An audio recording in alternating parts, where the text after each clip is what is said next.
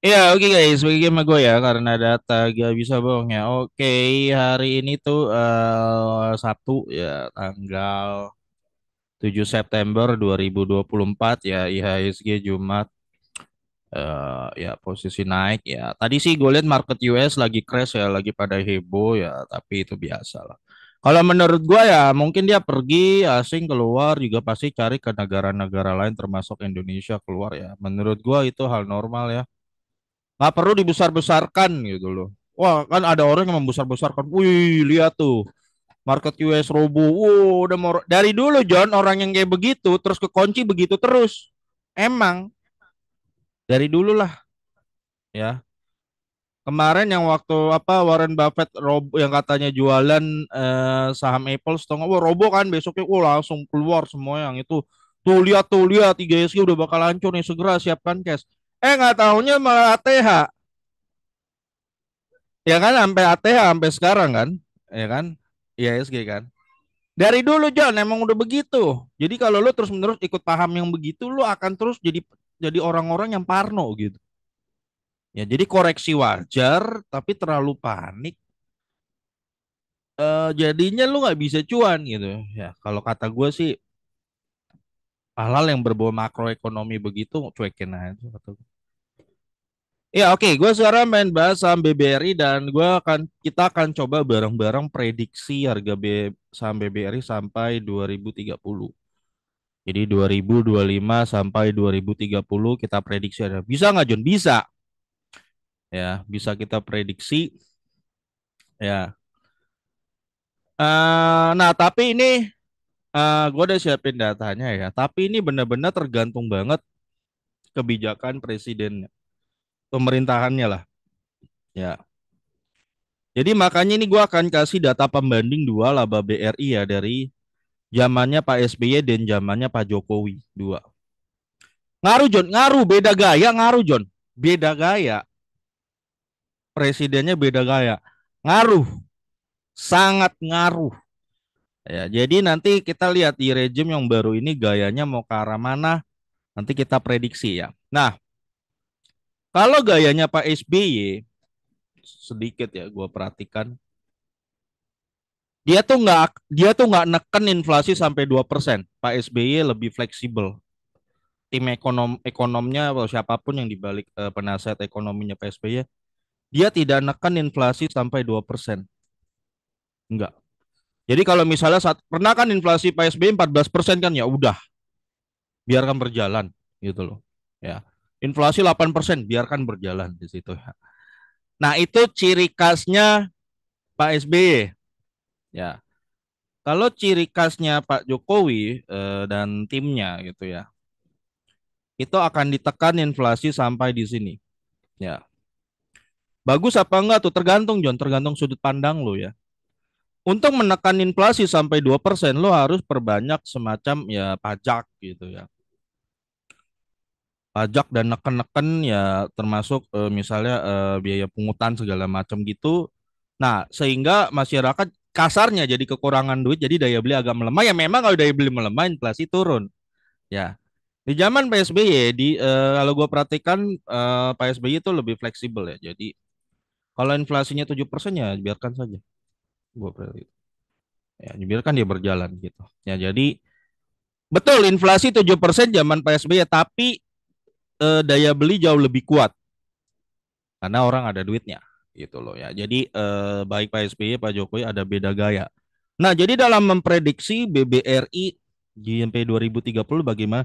Tergantung kebijakan rejim yang baru. Seperti itu. Nah, sekarang kita coba anggaplah kalau misalnya rejim yang baru ini mirip gayanya dengan Pak SBY misalnya. Misalnya. Nah, ini gue udah dapat data dari Pak SBY waktu memerintahkan 2004 ya.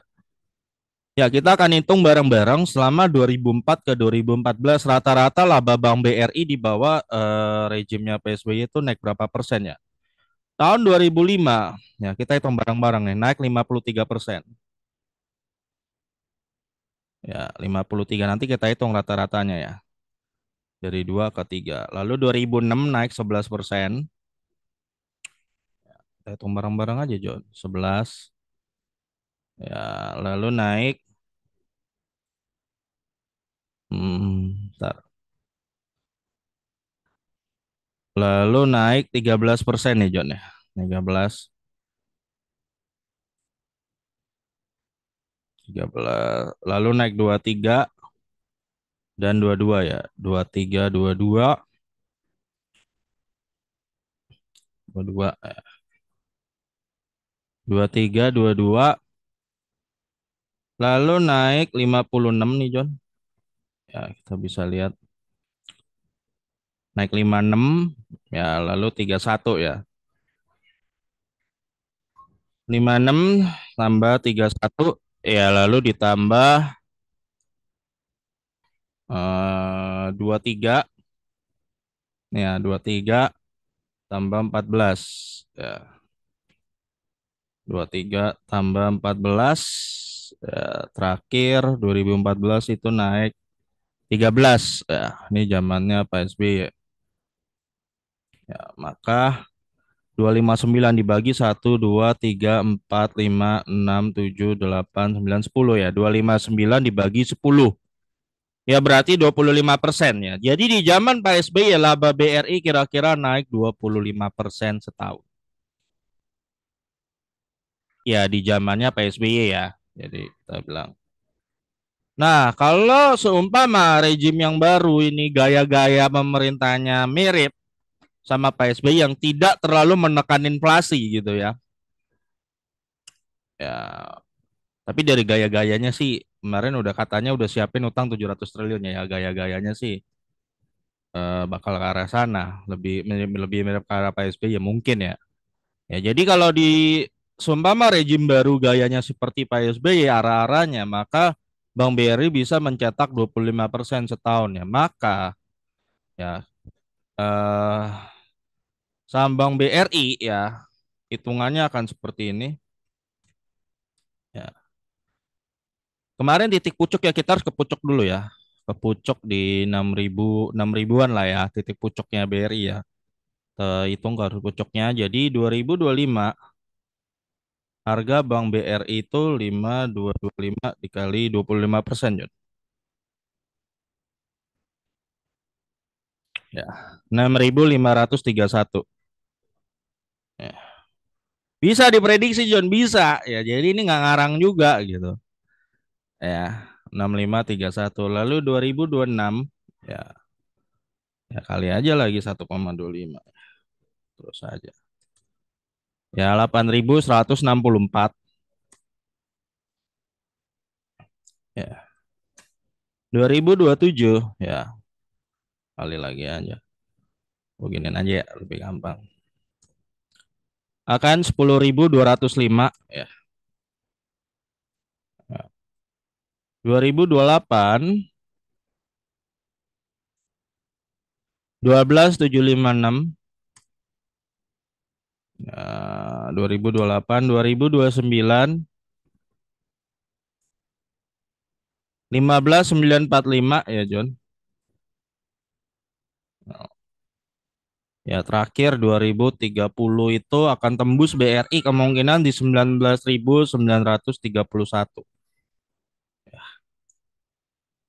19.931 ya. Jadi 6 tahun sampai sekarang berarti akan terjadi peningkatan sebesar 19.931 dibagi 6.000 ya. Kita hitungnya tadi dari 6.000 ya. Ya, bisa meningkat sebesar 232% dalam 6 tahun. Ya lu bayangin tuh, wah aset gue meningkat 6 tahun 3 kali lipat, gue senang ya. Ya. Ini kalau kalau pendekatan rejim yang baru mirip gayanya Pak SBY. Ya, tapi kalau pendekatannya lebih ke arah Pak Jokowi yang inflasi kecil. Jujur John, ini dark side ya. Ini fakta, tapi agak dark gitu, agak dark. Semakin tinggi inflasi, lu saham semakin cuan, udah. Ya, ini terbukti kan labanya BRI di zamannya PSBY naiknya lebih gede daripada di zamannya Pak Jokowi. Itu bukan hanya BRI ya, BCA, Bank Mandiri dan segala macam itu jauh lebih. Jadi ini dark side Jod, ya. Jadi semacam apa ya? sisi gelap ya. Inflasi betul tapi malah lu jadi lebih cuan gitu. Itu fakta ya John ya. Oke.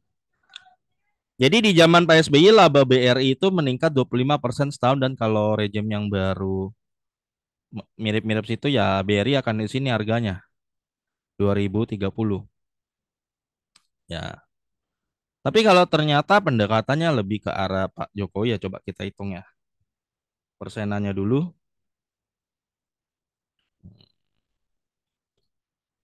Ya, ya di sini ya. Ya kan? Labanya Pak Jokowi 2015 kecil kan karena pendekatannya Pak Jokowi itu beda, beda. Dan tim ekonominya beda. Beneran John, serius, beda rejim beda. Ya, beda. Ya. Oke, di zaman Pak Jokowi, oke kita hitung ya rata-rata waktu itu naik 4,7 hmm, ditambah.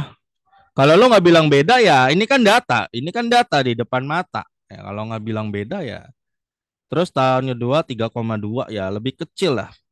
Ya makanya mungkin ada orang yang merasa zaman Pak Jokowi lebih lambat daya beli ya memang betul. Inflasi kecil tuh nggak berarti selalu artinya bagus ya John ya. Makanya ada artikel kalau inflasi 2% itu justru malah buruk buat ekonomi. Ada yang nulis, gue udah pernah bahas juga, yang nulis profesor ekonomi juga di US gitu. Ya. Terus tambah 11, ya, tambah 11, ditambah 6 ya, 6 ditambah 6 lalu minus 45 ya corona ya. Ya wajar. Oke deh, corona kita kesampingkan kan ya. Namanya juga apa? Special case ya. Kita kesampingkan yang corona nggak kita hitung. Ya, kita masuk langsung ke 2021 naik 64 dan 67 ya, 64, 67. Dan sekarang yang tambah hari ini tuh cuma naik kan BRI 2% ya, 2. Ya satu atau dua lah, kita genapkan dua. Jadi total tembus satu dua ya 1671 2 3 4 5 6 7 8. Tunggu, masih ada satu lagi. Oh, ini 17 ya. Sorry 17 tambah 17. Ya, gue lupa nyebutnya. Jadi nanti dibagi 9. 184 dibagi 9 ya. Ya, berarti rata-rata pertumbuhan Bank BRI di bawah Pak Jokowi itu tanpa corona ya, 20%. Ya. Tapi gini John, kenapa tiba-tiba waktu itu BRI gede ya di sini ya 2021 dan 2000. Itu karena itu tadi karena ada stimulus gede-gedean ya, cetak uangnya ngelewatin 6%. Bahkan sampai 7 atau 8 gue lupa ya. Jadi makanya Bank BRI selalu banyak akan lebih gede ketika pemerintah defisit anggarannya lebih gede. Waktu itu kan ada dana cetak uang khusus gede kan di sini kan. Nah, itu tiba-tiba membesar ya. Ya sebenarnya datanya jadi kayak begini ya, jadi jomplang-jomplang gitu ya. Ya oke lah, kalau memang datanya jomplang harusnya 40% kita masukin lah. Ya kan datanya jomplang karena di sini ada special case. Waktu itu pemerintah ngebolehin defisit anggaran lebih dari oh dicetak gede-gedean John waktu itu John. Supaya lo dapet bansos waktu lagi corona, lagi lockdown itu kan lo dapet bansos semua ada. Itu dari cetak duit John. Ya. Oke, jadi kita harus masukkan ini juga nih 45 ya. Oke. Supaya nggak jomplang datanya. Eh, dikurang 45 harus kurang 45 supaya kita dapat data yang fair ya 139 ya ya jadi bagi 10 13,9 ya jadi di zamannya Pak Jokowi itu 13,9% laba Bang Eri meningkatnya ya kalau zaman Pak SBY 25%. Kita bisa lihat nih ya beda beda presiden beda gaya otomatis nanti ngaruh ya jadi itu penting. Nah kalau nanti BRI ternyata Pak Prabowo ini ngikutin gaya yang inflasi harus 2% ya, kira-kira lu udah tahu peningkatannya sekitar 13,9%. Ya, maka prediksi harga BRI ya kalau kita ngikutin gayanya Jokowi ya 13 ya 14% lah ya. Ya. Di tahun pertama BRI kita ngitung pakai angka, nah, tadi gue pakai angka 5225 juga. Ya udahlah 5225 ya. Oke. Tahun 2025 kira-kira ya BRI itu akan ada di harga eh harusnya sih tadi hitungnya 6.000 ya Johnnya. Aduh, gue salah lagi. Ya 6.000 lah. Ya 1,14 per 14% ya benar 1,14 ya. Betul. Ya, tahun 2025 BRI akan ada di 6.840. Ya, 2026 2026 ya dikali lagi aja. Akan ada di 7797. Ya, 7797. Ya, 2027 akan ada di 889. Ya, 2028 akan jadi 10.133. Ya, lalu 2029 11.522. Ya. Terakhir 2030 BRI akan tembus di 13.169. Ya. Nah ini John. Ya. Ya.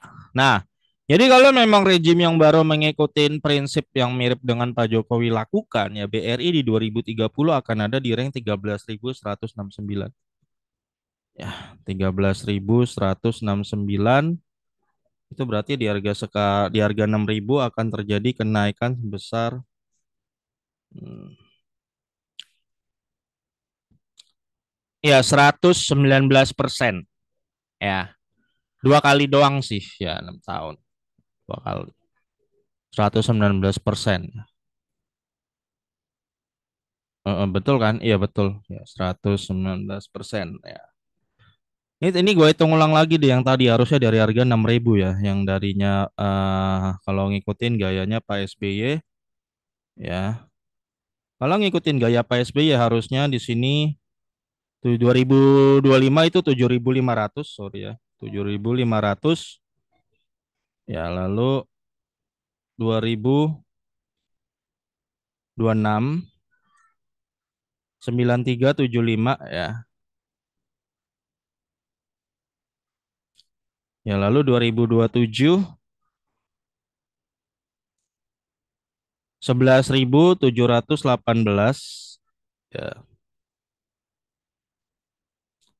Ya 2028 14.648 ya.